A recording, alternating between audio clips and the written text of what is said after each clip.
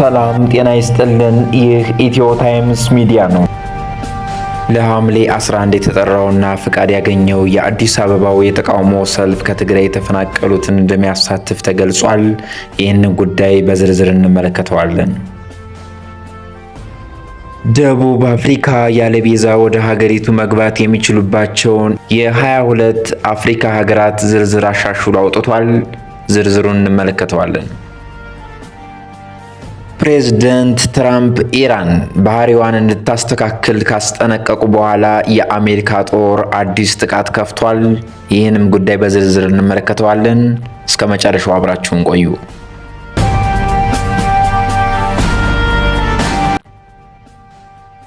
ለሐምሌ 11 የተጠራውና ፍቃድ ያገኘው የአዲስ አበባው የተቃውሞ ሰልፍ ከትግራይ የተፈናቀሉትን እንደሚያሳትፍ ተገልጿል። በአዲስ አበባ ከተማ ለመጪው ሐምሌ 11 ቀን 2018 ዓ.ም የተጠራውና በህገወጥ ወታደራዊ ምልመላ እንዲሁም በሰላማዊ ዜጎች እስር ላይ ያተኮረው የተቃውሞ ሰልፍ የመንግስትን ፍቃድ ማግኘቱና በከተማዋ የሚገኙ በርካታ የትግራይ ተፈናቃዮችም በሰልፉ ላይ እንደሚሳተፉ የሰልፉ አስተባባሪዎች አስታውቀዋል። የስምረት ፓርቲን ጨምሮ ሌሎች የፖለቲካ ኃይሎችን ያካተተው የትግራይ ሰላምና የለውጥ ምክር ቤት የጠራው ይህ ሰልፍ በትግራይ ክልል እየተፈጸመ ነው ያሉትን ወታደራዊ አፈሳ ለማውገዝ፣ የታሰሩ እናቶችንና ገበሬዎችን ድምፅ ለማሰማት እንዲሁም ለአዲስ አበባ ተፈናቃዮች ተገቢውን ድጋፍ እንዲደረግ ለመጠየቅ ያለመ መሆኑም ተገልጿል። የስምረት ፓርቲ ጽህፈት ቤት የሚዲያና ኮሚኒኬሽን ኃላፊ ሀልፎም ረአ እንደተናገሩት የሰልፉ ዋና ዓላማ በትግራይ ክልል ህጋዊ ያልሆነ አዋጅን መነሻ በማድረግ በወጣቶች ላይ እየተፈጸመ ያለውን አስገዳጅ ወታደራዊ ምልመላና ያለ አግባብ የታሰሩ እናቶችንና ገበሬዎችን በደል ለዓለም አቀፍ ማህበረሰብ ይፋ ማድረግ ነው። በተጨማሪም የኢትዮጵያ ብሔራዊ ምርጫ ቦርድ እውቅና የነፈገውን የህወሓት ቡድን የፕሪቶሪያው ስምምነት ፈርሷል በሚል እያከናወነ ያለውን ተግባር ለማውገዝ የፌዴራል መንግስት የበኩሉን ኃላፊነት እንዲወጣ ለመጠየቅና በጦርነቱ ምክንያት ተፈናቅለው አዲስ አበባ የሚገኙ የትግራይ ተወላጆች አስፈላጊውን ሰብአዊ ድጋፍ እንዲያገኙ ለማስቻል እንደሆነ ኃላፊው አስረድተዋል።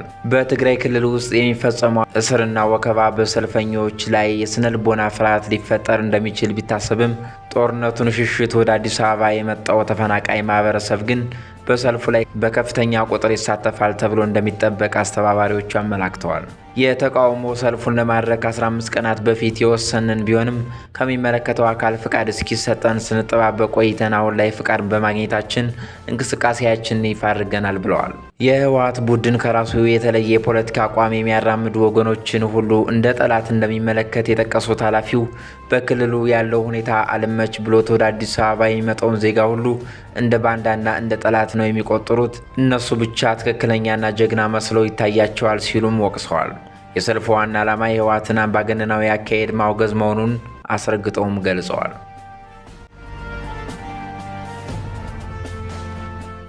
የደቡብ አፍሪካ መንግስት የአህጉሪቱን የቱሪዝም የንግድና የአጭር ጊዜ የጉዞ ግንኙነቶችን ይበልጥ ለማነቃቃትና ቀጠናዊ ትስስርን ለማጠናከር በማሰብ ዜጎቻቸው ያለ ቪዛ ወደ ሀገሪቱ መግባት የሚችሉባቸውን የ22 አፍሪካ ሀገራት ዝርዝር አሻሽሎ አውጥቷል። በደቡብ አፍሪካ የቪዛ ነጻ መብት ፖሊሲ መሰረት ከእነዚህ ሀገራት የሚነሱ ተጓዦች እንደ ሀገራቸው ሁኔታና ይዘውት የሚጓዙት የፓስፖርት አይነት ከ30 እስከ 90 ቀናት ያለ ቪዛ መቆየት ይችላሉ። በዚህ የቪዛ ነጻ ዝርዝር መሰረት አልጄሪያ፣ ኮት ዲቫር፣ ኬንያ፣ ማዳጋስካርና ሩዋንዳ ለ30 ቀናት እንዲሁም ቤኒን፣ ካቦቨርዲ፣ ጋቦን፣ ሌሴቶ፣ ማላዊ፣ ሞሪሸስ፣ ናምቢያ፣ ሲሸልስ፣ ኤስዋቲኒ እና ዛምቢያ ለ30 ቀናት ወይም ከዚያ በታች ያለ ቪዛ የመቆየት እድል አግኝተዋል። በሌላ በኩል ደግሞ ኮሞሮስ እና ቱኒዚያ ለ90 ቀናት፣ ቦትስዋና፣ ጊኒ፣ ሞዛምቢክ እና ዚምባብዌ ደግሞ እስከ 90 ቀናት ወይም ከዚያ በታች ለሚሆን ጊዜ ዜጎቻቸው ያለ ቪዛ ወደ ደቡብ አፍሪካ እንዲገቡ ተፈቅዷል።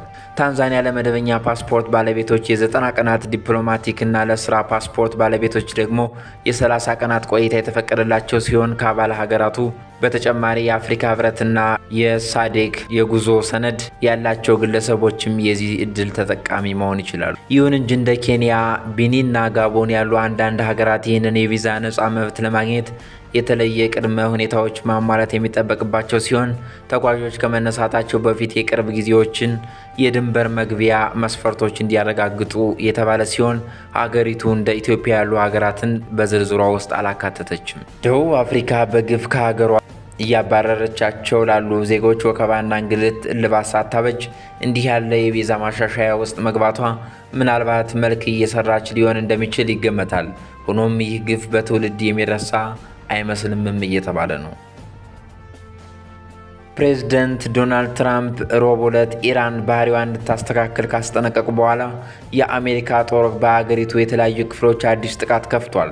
የአሜሪካ ጦር ባወጣው መግለጫ በሆርሙዝ ወሽመጥ የሚያልፉ መርከቦች ጉዞን አደጋ ላይ ለመጣል ጥቅም ላይ የዋሉ የኢራን ወታደራዊ አቅሞች ኢላማ መደረጋቸውን አስታውቀዋል። ለ90 ደቂቃ በቆየው አዲስ ዙር ጥቃት በታላቁ ቱምብ ደሴት የሚገኙ የኢራን የባህር ዳርቻ መከላከያዎች እንዲሁም የክሩዝ ሚሳኤል ማከማቻና ማስወንጨፊያ ጣቢያዎች መመታታቸውን ገልጿል። የኢራን የእዝ ማዕከላት የጸረ አውሮፕላን መከላከያ ስርዓቶች፣ የሚሳኤልና የድሮን አቅሞች እንዲሁም የባህር ዳርቻ መከታተያ ተቋማት ጥቃት ከደረሰባቸው የመከላከል አቅም መከታተል ተጠቅሷል። በሆርሙዝ ወሽመጥ ላይ የምትገኘው የባንደር አባስ ከተማም ኢላማ እንደሆነችም ተነግሯል።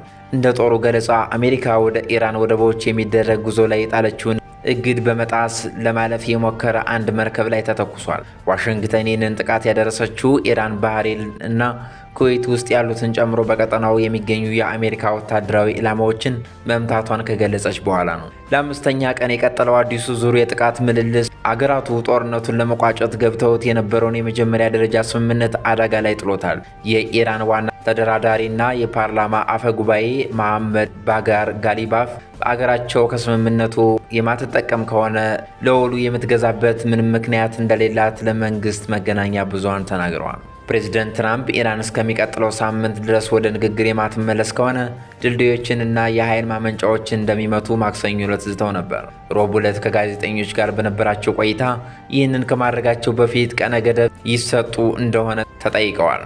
ቀነ ገደብ ማስቀመጥ አልወድም፣ ነገር ግን እነሱ በደንብ ያውቃሉ፣ ታሪኩን ያውቁታል፣ ባህሪያቸውን ቢያስተካክሉ ይሻላቸዋል ሲሉ ምላሽ ሰጥተዋል። በኋላ ላይ ደግሞ አሁን ኢራን ደስተኛ አይደለችም ሲሉ በመከላከያ ጉባኤ ላይ ለተገኙት ልዑካን ተናግረዋል።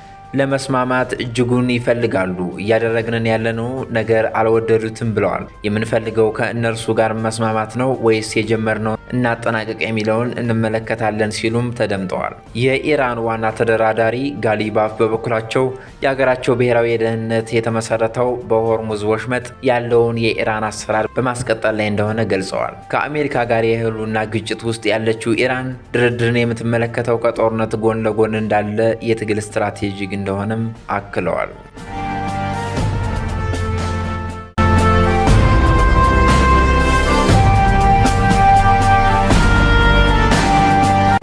የዛሬው ዝግጅታችን እዚህ ላይ ያበቃል። በየቀኑ የሚለቀቁ አዳዲስ መረጃዎች እንዳያመልጧችሁ ቻናላችን ሳብስክራይብ ማድረጋችሁ እንዳትረሱ። ቪዲዮውን ከወደዳችሁት ላይክ እና ሼር በማድረግ ድጋፋችሁን አሳዩን። ስለነበረን ቆይታ እጅግ በጣም እናመሰግናለን። መልካም ጊዜ